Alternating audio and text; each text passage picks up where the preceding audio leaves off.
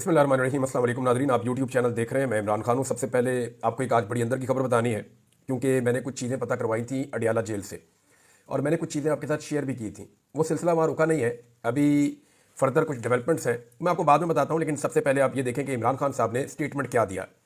उनके इस बयान के साथ आप जोड़ेंगे चीज़ें तो आपको समझ आएंगी। इमरान खान साहब ने अडियाला जेल से कौम के नाम एक पैगाम जारी किया। उन्होंने कहा कि मुझे अल्लाह पर पूरा यकीन है कि 2025 इस कौम के लिए हकीकी आज़ादी का साल होगा। रजीम चेंज के बाद मुल्क की मईशत तबाह होकर रह गई है, कारोबार बंद हो रहे हैं और नया सरमाया आने के बजाय सनतकार अपनी इन्वेस्टमेंट निकाल रहे हैं। माशी तरक्की के लिए सरमायाकारी की ज़रूरत होती है। मईशत की इस बदहाली की 4 बुनियादी वजूहात हैं। नंबर 1, मुल्क में कानून की हुक्मरानी यानी रूल ऑफ लॉ ख़त्म हो चुका है। मिलिट्री कोर्ट से सिविलियन सियासी कैदियों को सजाएं दिलवाकर सुप्रीम कोर्ट के आईनी बेंच ने अपना मुंह काला किया है। मिलिट्री कोर्ट्स और आईनी बेंच बनाकर मुल्क से रूल ऑफ लॉ का खात्मा कर दिया गया है। इससे हमारा जीएसपी प्लस स्टेटस भी खतरे में पड़ गया है। मिलिट्री कोर्ट्स की सजाओं के बाद पाकिस्तान में कानून की हुक्मरानी का मुकम्मल तौर पर खात्मा हो चुका है और अब बैरूनी सरमायाकारी एक ख्वाब है, क्योंकि जिस मुल्क में कानून की हुक्मरानी का जनाजा उठाया जा चुका हो वहाँ कोई सरमायाकारी करने को तैयार नहीं होता। आप दबाव के जरिए वक्ती तौर पर दिखावे का इस्तेहकाम तो ला सकते हैं, मगर जब तक मुल्क में सरमायाकारी नहीं आती और अवाम का हुकूमत पर एतमाद बहाल नहीं होता, बेरोजगारी और माशी बदहाली को रोका नहीं जा सकता। मुल्क की माशी तरक्की का एक ही बुनियादी सतून है जो अंदरूनी और बैरूनी सरमायाकारी है। पहली वजह बताई खान साहब ने कि वो मुल्क में रूल ऑफ लॉ नहीं है। दूसरी, उन्होंने कहा जी कि इंटरनेट की बंदिश है। तहरीक इंसाफ को क्रश करने की कोशिश करते हुए मुल्क की आईटी की जो मईशत है उसको पूरी तरह मुतासर किया गया है। मुस्तकबिल आईटी का है, लेकिन आज़ादी इज़हार राय से खौफजदा हुकूमत ने इंटरनेट में खलल पैदा करके नौजवानों के रोज़गार कमाने का सबसे बड़ा जरिया मुतासर कर दिया है और हम आलमी मार्केट में मुकाबले के काबिल नहीं रहे। वो सारे कारोबार जो इंटरनेट से मुंसलिक हैं उन्हें तबाह किया जा रहा है। नंबर 3, सियासी अदम इस्तेहकाम। एजेंसियों की सियासी मामलात में मुदाखलत से मुल्क में शदीद सियासी अदम इस्तेहकाम है। सियासी इस्तेहकाम के बगैर माशी इस्तेहकाम का ख्वाब कभी शर्मिंदा ताबीर नहीं हो सकता। फ्रॉड इलेक्शन और झूठ और फ्रेब पर खड़े जाली निज़ाम के होते हुए सियासी और माशी इस्तेहकाम नामुमकिन है। चौथी वजह इमरान खान साहब ने बताई कि दहशतगर्दी है। खैबर पख्तूनख्वा और बलूचिस्तान में एक मरतबा फिर दहशतगर्दी में बेपनाह इजाफे की वजह से मईशत की बहाली मुमकिन नहीं है। मैं 20 साल से कह रहा हूं कि मिलिट्री ऑपरेशन मसाइल का हल नहीं होते। आपको दहशतगर्दी के मसले को हल करने के लिए देर पा सियासी हल निकालना होगा, वरना दहशतगर्दी के नासूर का जड़ से खात्मा नामुमकिन है। मुझे अफसोस है कि DGISPR ने अपनी प्रेस कॉन्फ्रेंस में धड़ल्ले से झूठ बोला है। कलअदम तहरीक तालिबान पाकिस्तान के लोगों की दोबारा आबादकारी की तजवीज़ खुद जनरल बाजवा ने तहरीक इंसाफ दौर में काबीना के सामने पेश की थी, जिस पर मुराद सईद, नूरुल हक कादरी और कबायली इलाकों और मालाकंड से ताल्लुक़ रखने वाले अरकान असम्बली ने इसकी शदीद अल्फाज में मुखालफत की थी। हमने उस वक्त भी कहा था कि मकामी आबादी को एतमाद में लिए बगैर उठाया जाने वाला कोई भी कदम देर पा हल की तरफ नहीं ले जाएगा। काबीना के बाद इस वक्त की जो अपोजिशन को भी फौज और सिक्योरिटी एजेंसियों की तरफ से ब्रीफिंग दी गई थी। हमारी हुकूमत के खात्मे के बाद PDM हुकूमत को ब्रीफ किया गया था। अक्टूबर 2021 में जनरल फैज़ का तबादला हो गया और उसके बाद कभी यह मामला हमारे सामने दोबारा नहीं उठाया गया, ना इस पर हमारे दौर में अमल दरामद हुआ। अगर आबादकारी से ही दहशतगर्दी में इजाफा हुआ है तो मगरबी बॉर्डर्स के पार बमबारी क्यों की जा रही है? बलूचिस्तान में दहशतगर्दी में मुसलसल इजाफे की वजह से हालात काबू से बाहर है। इसका जिम्मेदार कौन है? कुएं से पानी निकालते रहने से कोई फायदा नहीं होगा। मुस्तकिल हल के लिए अपनी कोताहियों और नाकाम पॉलिसियों का ना सिर्फ एतराफ़ करना होगा बल्कि तसहीह भी करना होगी। अब ये जवाब है एक बहुत बड़ी चीज़ का। इस लफ्ज़ को मैं लिख देता हूँ, एतराफ़ और तसहीह। फिर मैं आपको बताता हूँ कि इमरान खान साहब ये क्यों कह रहे हैं। इमरान खान साहब जेल में बैठे हैं, उनके पास बहुत वक्त है, बहुत वक्त है और वो जानते हैं कि उन्हें किस वक्त क्या स्टेटमेंट देना है। ISPR को जवाब तो मिलिट्री कोर्ट्स पर भी देना चाहिए। कौन सा कानून आपको जज, ज्यूरी और खुद ही जल्लाद बनने की इजाज़त देता है? मिलिट्री कोर्ट्स के ट्रायल शफाफियत पर मबनी नहीं होते। हमारे 2 मुतालबात बिल्कुल जायज़ हैं और फौरी अमल दरामद के लिए है। 26वीं आईनी तरमीम को हमने इसलिए फौरी मुतालबात का हिस्सा नहीं बनाया क्योंकि वो तवील काम है। हुकूमत अगर मुज़ाकरात के हवाले से संजीदा इकदाम नहीं लेती तो हमारी तरसीलात ज़र के बाइकआउट की मुहिम पूरे जोर से जारी रहेगी। नवाज शरीफ अब सिर्फ सियासत का 12वां खिलाड़ी है।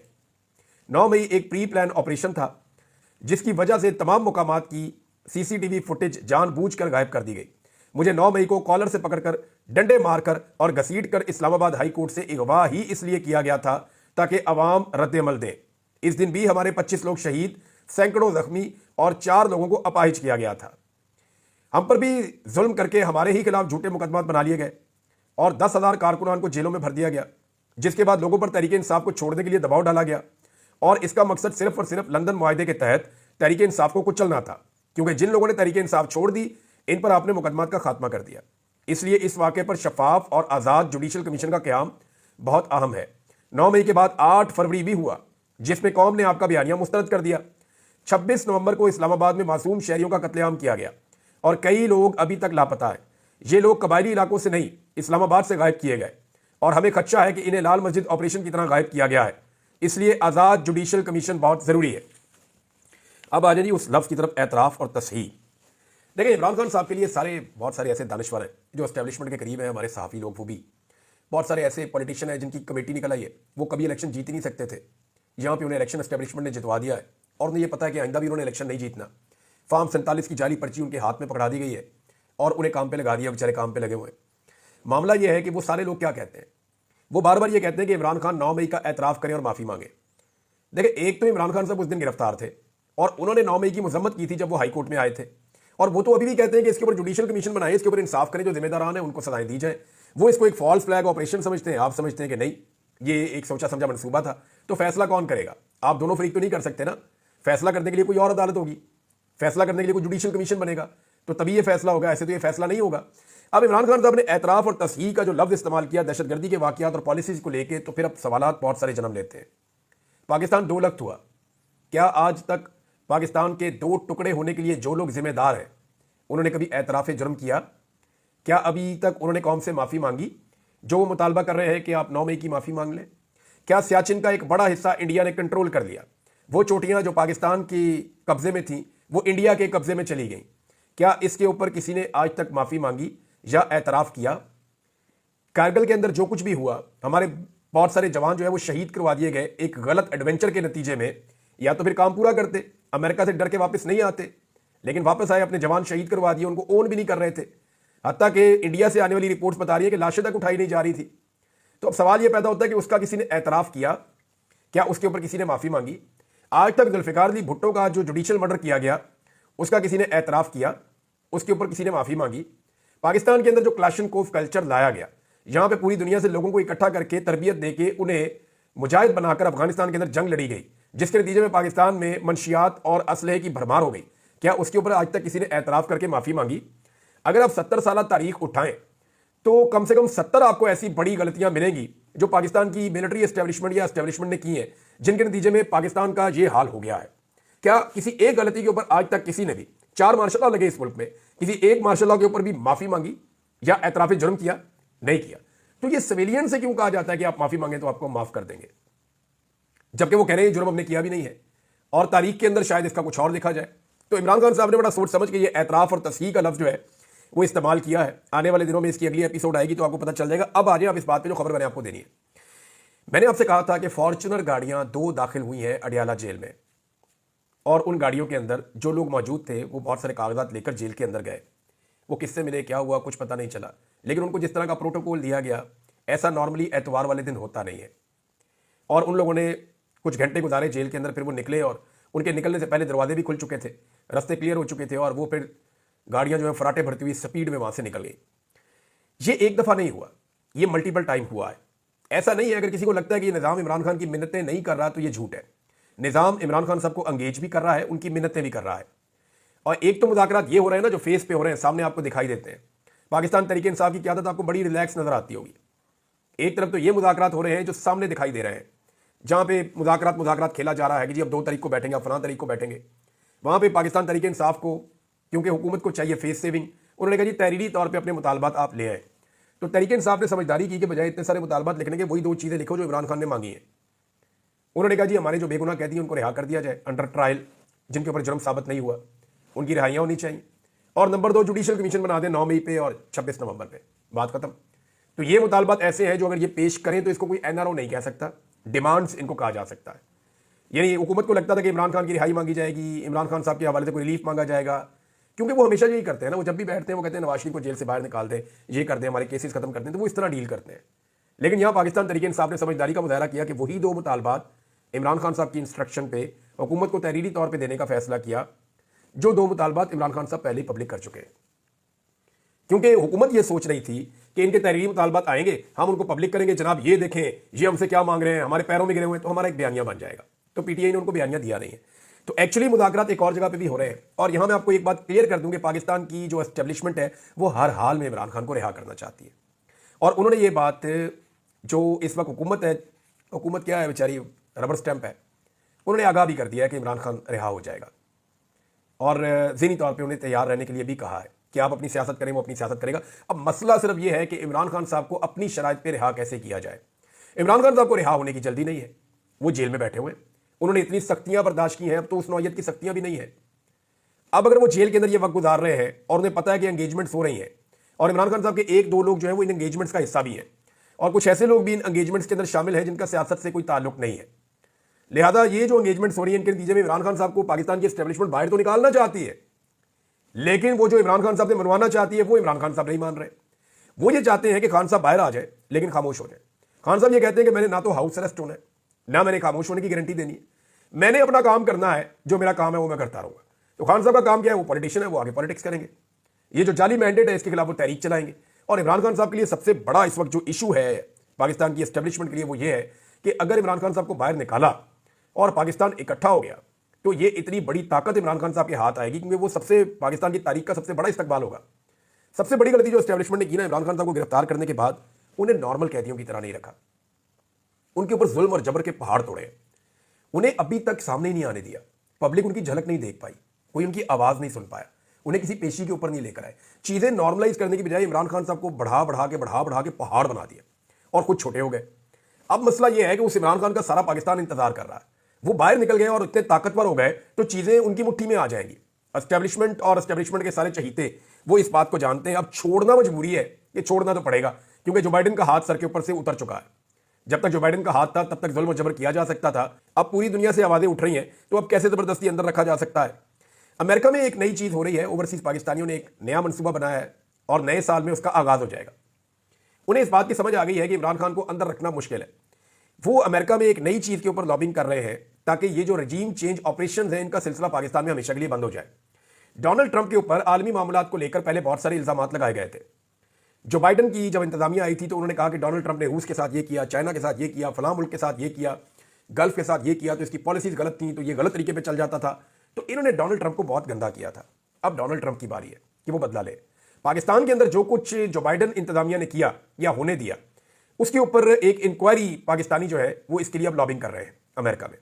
जो ओवरसीज पाकिस्तानी है वो ये चाहते हैं कि इमरान खान साहब रिहा हो, वो ये चाहते हैं कि पाकिस्तान में साफ और शफाफ इंतखाबात हो, लेकिन साथ ही साथ अब वो ये डिमांड भी कर रहे हैं कि जो रजीम चेंज ऑपरेशन पाकिस्तान में हुआ इसको इन्वेस्टिगेट करें कि आपके मुल्क का इसमें रोल क्यों था, या अमेरिकन एम्बेसी ने इसमें क्या रोल प्ले किया और किस तरीके से ये रजीम चेंज हुआ है। अगर ये तहकीकात हुई ना तो पाकिस्तान में बहुत सारे लोगों के पोल खुल जाएंगे और बड़ी मुश्किलात पैदा हो जाएंगी, खासतौर पर जनरल बाजवा के लिए, जो लोग अभी इक्तदार में उनके लिए, और इमरान खान साहब को वो बयानिया मिल जाएगा जो अगली कई दहाइयों तक उनकी जमात के काम आ सकता है। अच्छा, एक चीज और है जिसके ऊपर काम हो रहा है, कुछ अफराद पर पाकिस्तान से बाहर मगरबी ममालिक में जाने पर पाबंदियां लग सकती हैं, और ना सिर्फ पाबंदियां लग सकती हैं, ट्रैवल बैन हो सकते हैं, उनके वीजे मनसूख हो सकते हैं, बल्कि साथ ही साथ अगर उनके कुछ एसेट्स हैं वहां पे तो उनके ऊपर भी खराबा हो सकता है। तो इस वजह से अभी हुकूमत बड़ी उजलत में है और हुकूमत कुछ नए इकदाम उठा रही है जिनमें अफगानिस्तान के साथ एक लड़ाई हुकूमत ने छेड़ दी है। याद रखें, पाकिस्तान की हुकूमत अफगानिस्तान से लड़ना नहीं चाहती और ना ये लड़ाई बनती है। अफगानिस्तान पाकिस्तान का हमसाया मुल्क है, उनके साथ आप मामला को सियासी तरीके से डील करें और दहशतगर्दों का रास्ता रोकें। ये फार्मूला एस्टेब्लिशमेंट का था कि हमने लोगों को यहाँ लेकर आना है, लेकिन किस तरीके से लेकर आना है उसके लिए कोई अच्छा मैकेनिज्म नहीं था। अगर इसको पॉलिटिकल तरीके से किया जाता और सही हैंडलिंग की जाती तो ये मामला बड़े स्मूथ तरीके से हो भी जाता। लोगों को सिर्फ लाया नहीं जाता, उनको बसाया भी जाता है, उनकी जरूरियात भी पूरी की जाती है। अभी अफगानिस्तान से जो हालिया लड़ाई की रिपोर्टें आ रही है और जो अफगानिस्तान पूरी दुनिया को बता रहा है, वहां पे यूएन की भी रिपोर्ट आई है और वो बदले की बात कर रहे हैं, तो ये खित्ते के अंदर पाकिस्तान अपना एक नया दुश्मन पैदा कर रहा है और इसके लिए बयानिया बनना भी शुरू हो गया है। मिसाल के तौर पे जैद अहमद, वो लाल टोपी वाले, वो एक बेटा उनका, हमीद गुल का बेटा, एक दो चार और लोग हैं इस तरह के, ये पहले हमें बयानिया भेजते थे पाकिस्तान को कि पाकिस्तानी फौज जो है वो वहाँ जाएगी, मकबूजा कश्मीर को फतह करेगी, दिल्ली को फतह करेगी और जेरूशलम को फतह करेगी। पहले उस तरफ फौज का इन्होंने रुख रखा हुआ था। अभी इन्होंने फौज का रुख बदल दिया है इन्हीं तजियाकारों ने और कौम को एक नया चूरन देना शुरू किया है कि अब काबुल और कंधार की तरफ ये फौज जाएगी और यहाँ पे वो ऑपरेशंस करेगी। यानी कोई ना कोई इन्होंने कौम को चूरन दिया हुआ होता है। ये जो आपके तजियाकार हैं, वो लाल टोपी वाले जो है हमारे जैद अहमद साहब है, दीगर कुछ और लोग हैं, यानी मेरी समझ से बाहर है कि इन्होंने किस तरफ लगाया हुआ है लोगों को। मामला यह है कि हमने क्या अमन के साथ नहीं रहना, बातचीत ही हर मसले का हल होता है। जंग खुद एक मसला होती है, जंग मसले का हल नहीं होती, लेकिन जंग अगर नागुज़ीर हो जाए तो फिर तो लड़ना चाहिए। और पाकिस्तानी बहादुर हैं, पाकिस्तानी लड़ना जानते हैं। पाकिस्तानियों ने दहशतगर्दी के खिलाफ भी जंग लड़ी है और जीती है। पाकिस्तानियों ने बहुत सारी और जंगें भी लड़ी है। पाकिस्तानी कौम बहादुर कौम है। लेकिन ये जो अभी सब कुछ हो रहा है ना, ये सब कुछ सिर्फ अमेरिका की नई एडमिनिस्ट्रेशन को राजी करने के लिए हो रहा है। और ये कुछ बड़े लोगों की जो अमेरिका में मौजूद है उनकी आशीर्वाद से हो रहा है कि ये करो तो ट्रंप इंतजामिया के साथ आपके ताल्लुकात बेहतर हो जाएंगे। लेकिन मुझे ऐसा लगता नहीं है कि ये होंगे। आदिल बाज़ई जो पाकिस्तान तहरीक इंसाफ के रुकन कौमी असम्बली थे, नवाज शरीफ ने उनके साथ 2 नंबरी की और उनकी रुकनीत जो है उसको ख़त्म कर दिया गया था। लेकिन अब आदिल बाज़ई की रुकनीत को बहाल कर दिया गया है सुप्रीम कोर्ट के ऑर्डर के बाद। इलेक्शन कमीशन ने उसको बहाल किया है। इस आदमी ने बहुत कुर्बानी दी है, लगभग अरबों रुपए का इसने नुकसान करवा लिया है, लेकिन ये डट कर खड़ा रहा। इसने कहा जी मैं इमरान खान का साथ नहीं छोड़ूंगा, और इसने इमरान खान का साथ नहीं छोड़ा। शीरी मदारी साहब का भी ये स्टेटमेंट आ गया है और उन्होंने भी बड़ा कैटेगोरिकली, बड़ा क्लियरली बताया कि तालिबान को दोबारा आबाद करने से मुतालिक जनरल बाजवा और फैज़ हमीद ने एक तजवीज़ दी थी, जिस पर एक कमेटी बनी थी और यह फैसला हुआ था कि उनके साथ कोई मुज़ाकरात और दोबारा आबाद करने का फैसला तब तक नहीं होगा जब तक मुंतखब नुमाइंदों का इत्तफाक राय नहीं हो जाता। उसके बाद हुकूमत खत्म हो गई और फिर इस सिलसिले में पीडीएम की हुकूमत ने बाद में आगे बढ़ाया, हमें तो पता ही नहीं था इसका। और एग्जैक्टली मामला भी यही है। अब इमरान खान साहब की इस वक्त मिन्नतें की जा रही हैं, कभी धमकियां दी जा रही हैं, कभी मशवरे दिए जा रहे हैं और यही कहा जा रहा है कि आप एस्टेब्लिशमेंट के साथ डील कर लें। वजह यह है कि एस्टेब्लिशमेंट को इमरान खान साहब को छोड़ना है और उनको छोड़ना पड़ेगा। वो ये चाहते हैं कि डील हो जाए। फ्रस्ट्रेशन इतनी बढ़ गई है कि एंकर्स भी कह रहे हैं, तज्जियाकार भी कह रहे हैं, हर कोई कह रहा है खान साहब थोड़ी जीते गल मान लो, थोड़ी जीते गल मान लो। सब कुछ आजमा के देख लिया इमरान खान के खिलाफ। यानी कौमी सलामती के लिए खतरा करार दे दिया गया, दीन इस्लाम के लिए खतरा करार दे दिया गया, पाकिस्तान के एटम बम के लिए खतरा करार दे दिया गया, मुल्क की दिफा और सरहदों की हिफाजत के लिए खतरा करार दे दिया गया, दहशतगर्द बना के जनाब अमन व अमान के लिए खतरा करार दे दिया गया, इस्लामी ममालिक से भाईचारे के लिए खतरा करार दे दिया गया, मुल्क की मईशत के लिए खतरा करार दे दिया गया। सब कुछ करने के बाद उन्हें अंदाजा हुआ कि असल में इमरान खान इस निज़ाम के लिए खतरा है जिसने अब तक इस मुल्क पर कब्जा किया हुआ है और अब उसकी मिन्नतें कर रहे हैं ताकि यह खतरा टल जाए। अब तक के लिए इतना ही। अपना ख्याल रखिएगा, अपने इस चैनल का भी। अल्लाह हाफ़िज़।